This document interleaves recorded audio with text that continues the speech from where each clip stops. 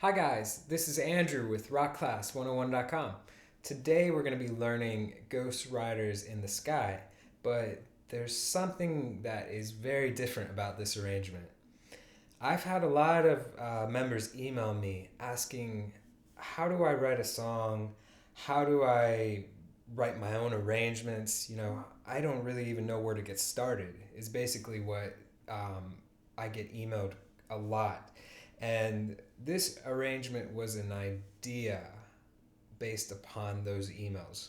So I've already written a complete chord theory guide on how to write your own songs or arrangements, and it's totally based on music theory. And I wrote a song and I analyzed it in complete detail, and you can check it out right here. But like I said, that was all about the theory side of it. So this lesson was a different take on that. This lesson was saying, instead of starting from scratch and writing your own song, why don't you take a melody that you love and write around it? So I took Ghost Riders in the Sky and I wrote a complete tune around the basic melody. So the basic melody for this song was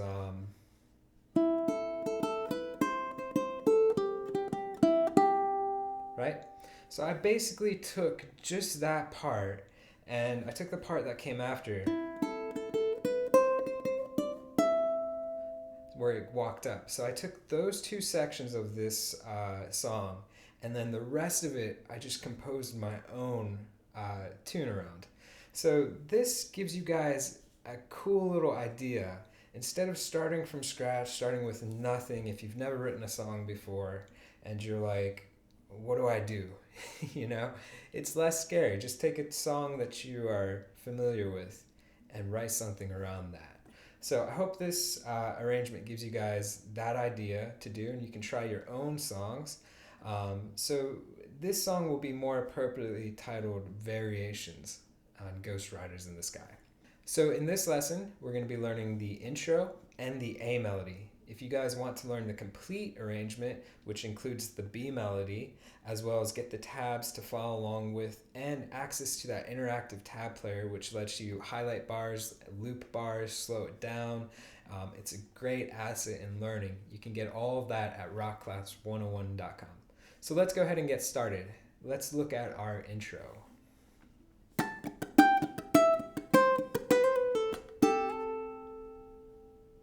So it basically sounds like that. What it is, it's just a little walk down. If I talk about just playing the single notes, we're playing 12 to 10 to 7 to 3. Okay, so those are the first 4 hits. Right? It's kind of like a quick little, almost like a staccato, ba, ba, right? So it's just a ba, ba, like a quick little hit. Once you finish those 4 hits, right, 12, 10, 7, 3, then the next bar is going to be, it's kind of like a slide followed by pull off. So you're going 2 to 3, back to 2, you can pull off to the open first string. All right, and then the last one is going to be 3 on string 2, and you hit the first string open as well, and slide to 5 on string 2. So it sounds like that. So if I put it together, I have 12, 10, 7, 3, and then bar 2. I have the slide 2, 3, 2, pull off to open. And then on string 2, 3 to 5. But I'm hitting string 1 open with it as well. So let's put it into context. Again, we have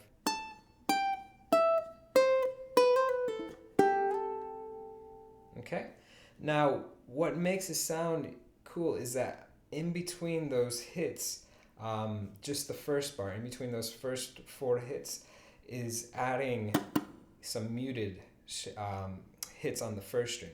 So after I play a note, I'm just going to let go. So when I said it was staccato, that's really important that you lift up. After that note, just hit that note, lift up, and then you can do 2 muted strums. And my muted strum is really focusing on string 1. So it's like hit the note, lift up, followed by 2 mutes, right? So if I go slow throughout that, I have hit, 2 mutes, hit, 2 mutes, hit, 2 mutes, hit, 2 mutes, right?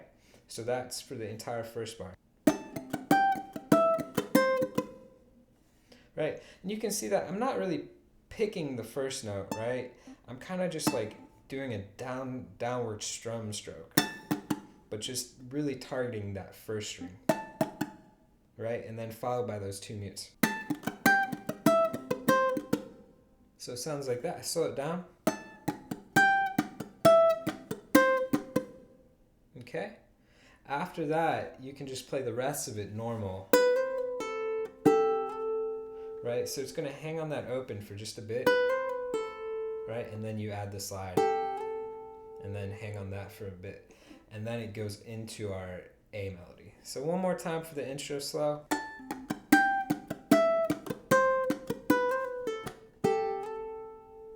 Okay? So now our A melody is going to start with an A minor and a C chord. So it's just the basic voicing, right? And what I mentioned in the before we started is that this first couple bars really are Ghost Riders in the Sky. So this is the melody that I took, and then I started to expand just a bit after that. So I have an A minor, and what's a constant theme throughout this arrangement is that it's got a quick 16th note hit. So it's really, if you think of it, it's kind of like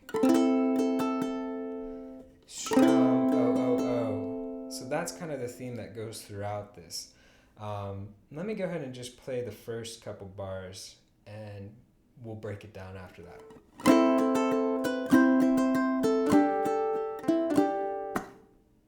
Okay, there's the first 2 bars for the A melody.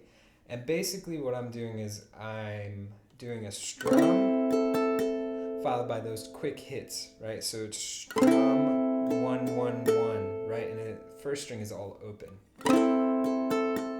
But when I'm strumming it, what I'm really doing is I'm kind of keeping it almost like it was a strumming pattern. Instead of going, right? Instead of like single note picking it, because it's played at such a fast speed, it's going to be easier if your right hand continues that alternate rhythm kind of pattern. Right? So if we can continue as if we were strumming it, but only targeting the first string, that's the goal that you want to get for this tune. So after I strum, I'm going down, up, down. So I'm really just hitting it with my second finger, the nail of my second finger, and then coming up with the nail of my thumb, and then down again with the nail of my second finger. So strum, down, up, down, all with 2, thumb, 2. So it's kind of like that if you exaggerate it, right? It's like these guys are kind of almost independent. But the trick is really, it's in the wrist. So the wrist is really what's keeping the hand going for the down ups. Okay?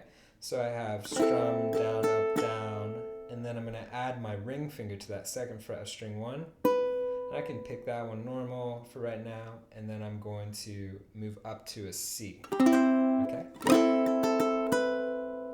And then C. And then we have that constant rhythm again, because once we get to C, it's the same thing. Strum, down, up, down, and it's just playing that third fret of string 1. But you're still targeting just string 1. Okay, so that's what we have, slower. Okay, after that, we're going to play an open first string, and then go into a G chord, but it's a G without the first string. And instead of making it with these regular fingers, I'm going to put my middle finger on top, and the ring finger is where it's always been. But again, we're not playing string 1. So string 1 is going to be open. Okay? So I'm making this G, and then I'm playing the first string open after that. So I'm strumming 4 to 2, and then hitting string 4 open. Okay? After that, I'm lifting my ring up, playing the open second string, putting it back down, and strumming to 4 to 2 again. So it's strum 4 to 2, open 1, open 4, lift your ring finger, open 2, put it back down, strum 4 to 2, and the last one's going to be a slap. Okay? And that rhythm is actually really simple.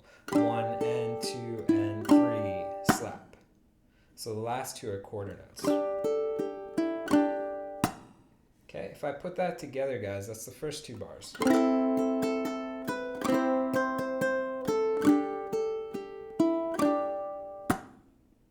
All right, one more time.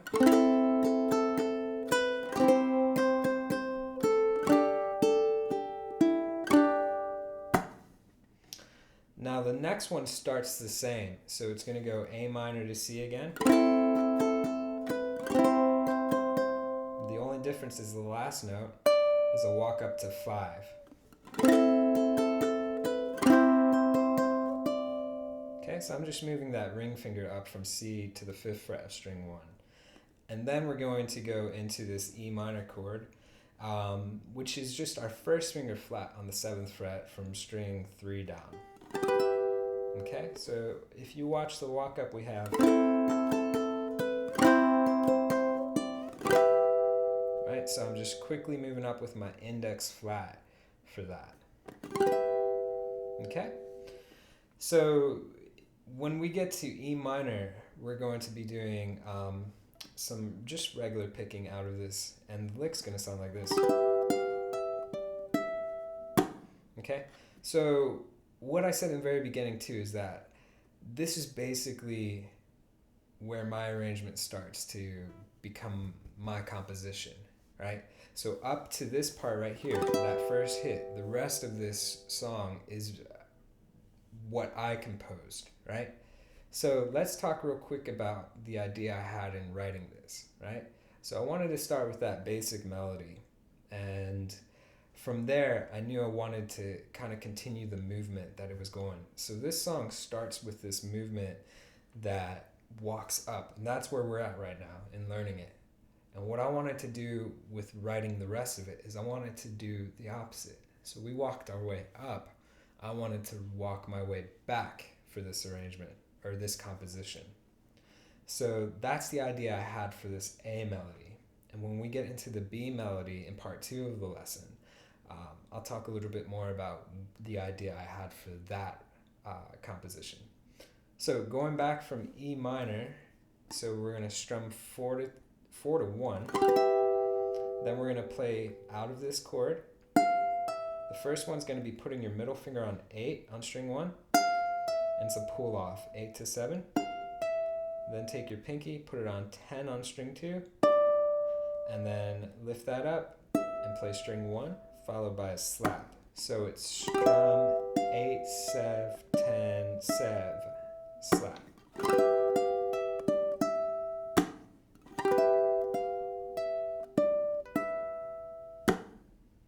Okay. Now, if I play from bar 3 to 4, because that's what we just learned, you can hear it put together.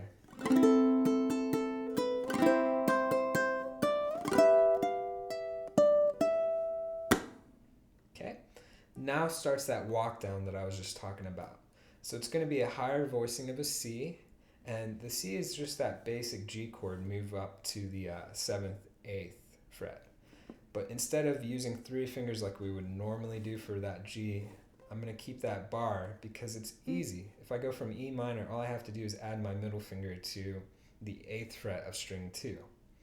So from right here, I'm going to kind of basically go back into that same kind of quick rhythm hits that we hear throughout this arrangement. So there's what C will sound like. So it's basically strum, down, up, down, and then hitting string 2, right? And those down, up, downs are focused again just on string 1. Okay? After that, we're going to a G5, It's what I like to call the extended G5. So if you make a regular G, lift your middle finger up, lift your ring finger up, put your middle finger where the ring finger was, and then put your pinky on 5 on string 1, we have a G5 that's extended. So we're going to play out of this. And the thing is too that we want to keep this index finger barred. So if you go from that C chord that we were doing that was higher, it's literally moving that shape down to the 2nd and 3rd fret, right? And then adding your pinky to 5 on string 1. Right? So you can keep this bar constant. So I'm going to strum 4 to 1.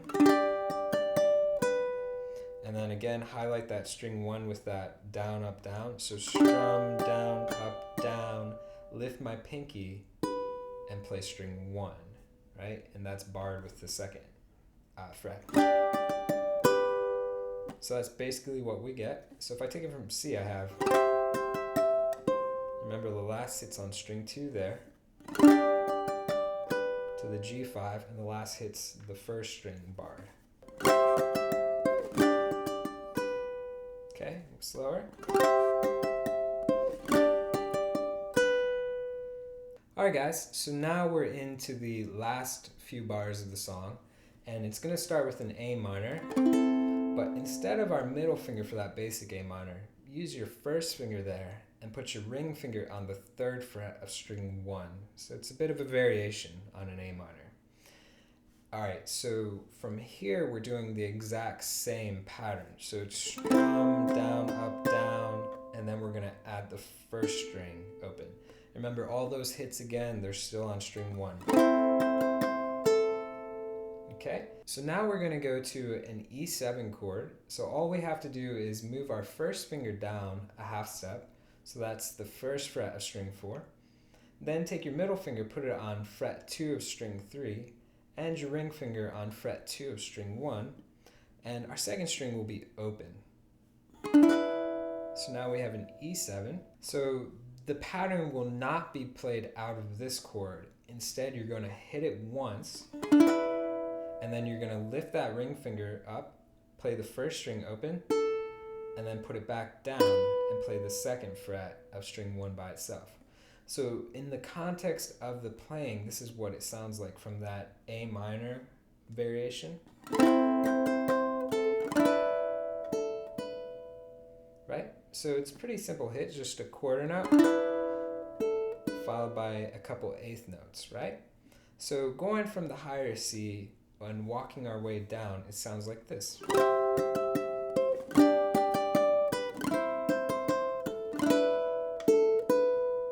Okay, so the last part is going to be going back to that variation on A minor, and we're basically just playing a lick out of it.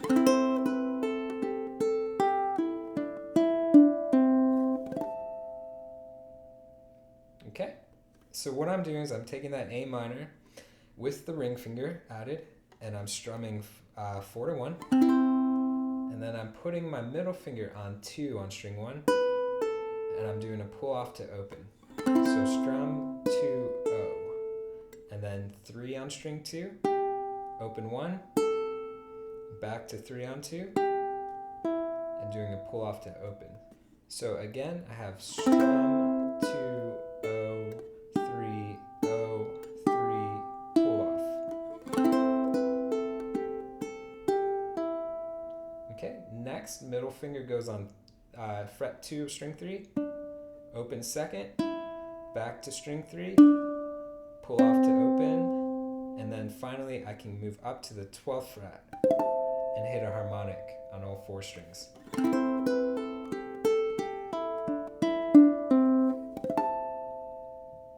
Okay, so that's basically the A melody, guys. Let's go ahead and just play it slowly throughout the entire thing, and then we'll wrap this lesson up.